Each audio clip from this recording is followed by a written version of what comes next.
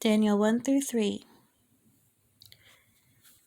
In the 3rd year of the reign of Jehoiakim, king of Judah, Nebuchadnezzar, king of Babylon, came to Jerusalem and besieged it.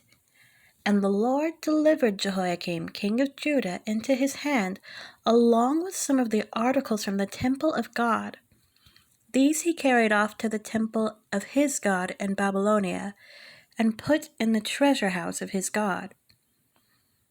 Then the king ordered Ashpenaz, chief of his court officials, to bring into the king's service some of the Israelites from the royal family and the nobility, young men without any physical defect, handsome, showing aptitude for every kind of learning, well-informed, quick to understand, and qualified to serve in the king's palace. He was to teach them the language and literature of the Babylonians. The king assigned them a daily amount of food and wine from the king's table. They were to be trained for 3 years, and after that they were to enter the king's service. Among those who were chosen were some from Judah: Daniel, Hananiah, Mishael, and Azariah. The chief official gave them new names. To Daniel, the name Belteshazzar; to Hananiah, Shadrach; to Mishael, Meshach; and to Azariah, Abednego. But Daniel reserved not to defile himself with the royal food and wine, and he asked the chief official for permission not to defile himself this way. Now God had caused the official to show favor and compassion to Daniel. But the official told Daniel, "I am afraid of my lord the king, who has assigned your food and drink. Why should he see you looking worse than the other young men your age? The king would then have my head because of you." Daniel then said to the guard, whom the chief official had appointed over Daniel, Hananiah, Mishael, and Azariah, "Please test your servants for 10 days. Give us nothing but vegetables to eat and water to drink. Then compare our appearance with that of the young men who eat the royal food, and treat your servants in accordance with what you see." So he agreed to this and tested them for 10 days. At the end of the 10 days, they looked healthier and better nourished than any of the young men who ate the royal food. So the guard took away their choice food and the wine they were to drink, and gave them vegetables instead. To these 4 young men, God gave knowledge and understanding of all kinds of literature and learning, and Daniel could understand visions and dreams of all kinds.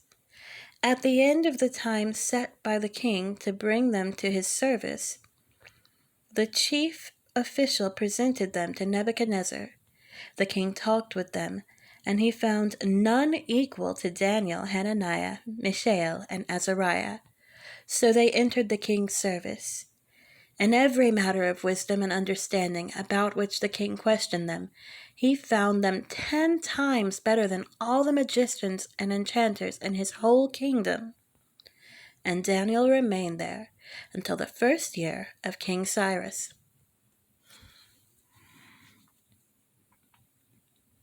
Daniel 2. In the 2nd year of his reign, Nebuchadnezzar had dreams. His mind was troubled, and he could not sleep. So the king summoned the magicians, enchanters, sorcerers, and astrologers to tell him what he had dreamed. When they came in and stood before the king, he said to them, "I have had a dream that troubles me, and I want to know what it means." Then the astrologers answered the king, "May the king live forever. Tell your servants the dream, and we will interpret it." The king replied to the astrologers, "This is what I have firmly decided.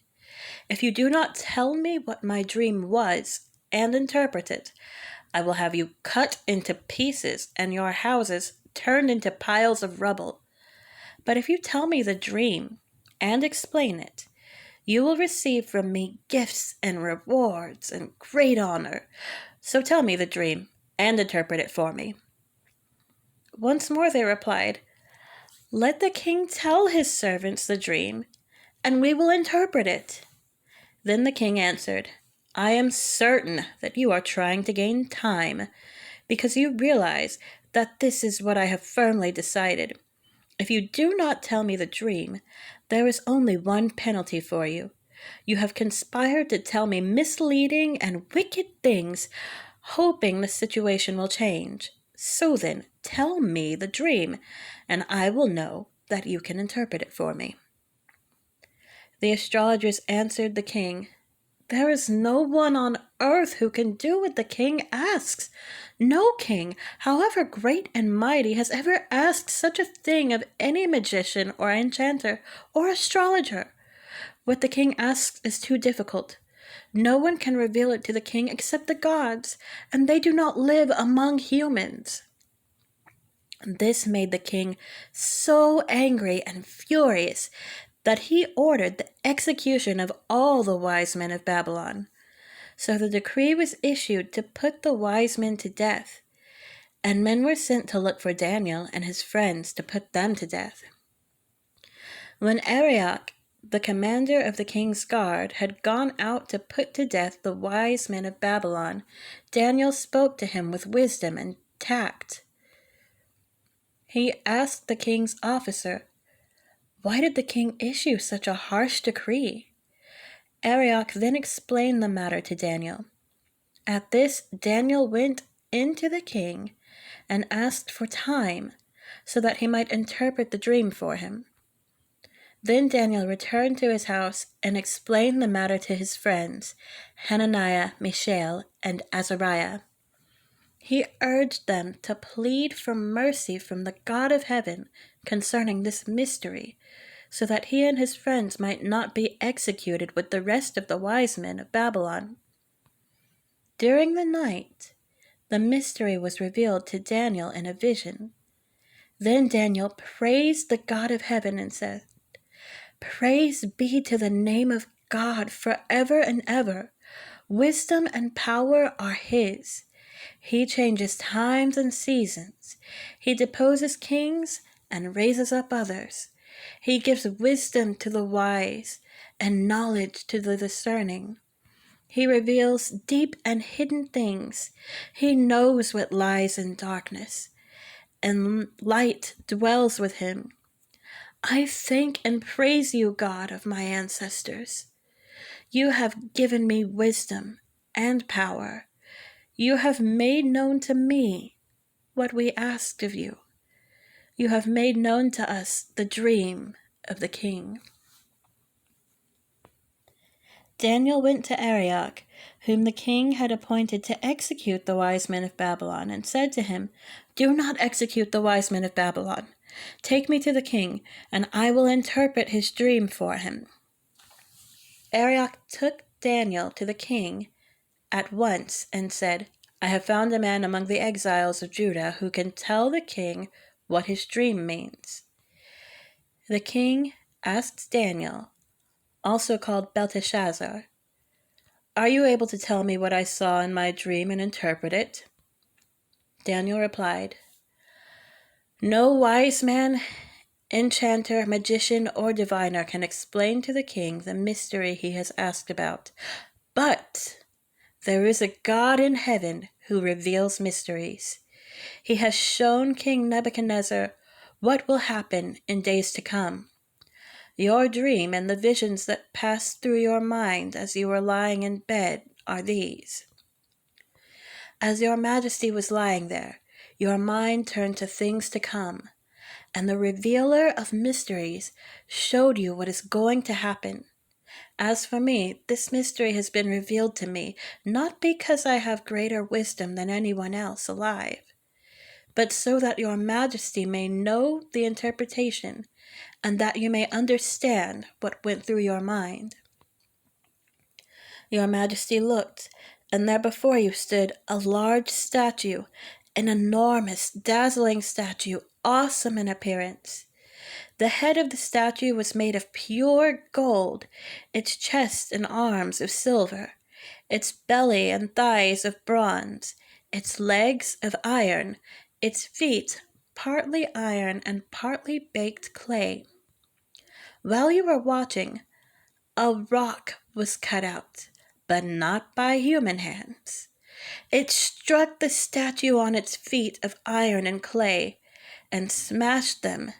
Then the iron, the clay, the bronze, the silver, and the gold were all broken to pieces and became like chaff on a threshing floor in the summer. The wind swept them away without leaving a trace, but the rock that struck the statue became a huge mountain and filled the whole earth. This was the dream, and now we will interpret it to the king. Your Majesty, you are the King of Kings. The God of heaven has given you dominion and power and might and glory. In your hands he has placed all mankind and the beasts of the field and the birds in the sky. Wherever they live, he has made you ruler over them all. You are that head of gold. After you, another kingdom will arise, inferior to yours. Next, a third kingdom, one of bronze, will rule over the whole earth. Finally, there will be a fourth kingdom, strong as iron, for iron breaks and smashes everything. And as iron breaks things to pieces, so it will crush and break all the others. Just as you saw that the feet and toes were partly baked of clay and partly of iron, so this will be a divided kingdom. Yet it will have some of the strength of the iron in it, even as you saw iron mixed with clay. As the toes were partly iron and partly clay, so this kingdom will be partly strong and partly brittle. And just as you saw the iron mixed with baked clay, so the people will be a mixture and will not remain united any more than iron mixes with clay. In the time of those kings, the God of heaven will set up a kingdom that will never be destroyed, nor will it be left to another people.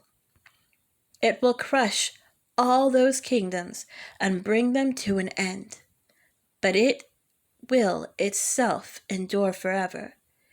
This is the meaning of the vision of the rock cut out of a mountain, but not by human hands. A rock that broke the iron, the bronze, the clay, the silver, and the gold to pieces. The great God has shown the king what will take place in the future. The dream is true, and its interpretation is trustworthy. Then King Nebuchadnezzar fell prostrate before Daniel, and paid him honor, and ordered that an offering and incense be presented to him. The king said to Daniel, "Surely your God is the God of gods and the Lord of kings and the revealer of mysteries, for you are able to reveal this mystery." Then the king placed Daniel in a high position and lavished many gifts on him. He made him ruler over the entire province of Babylon and placed him in charge of all its wise men. Moreover, at Daniel's request, the king appointed Shadrach, Meshach, and Abednego administrators over the province of Babylon, while Daniel himself remained at the royal court.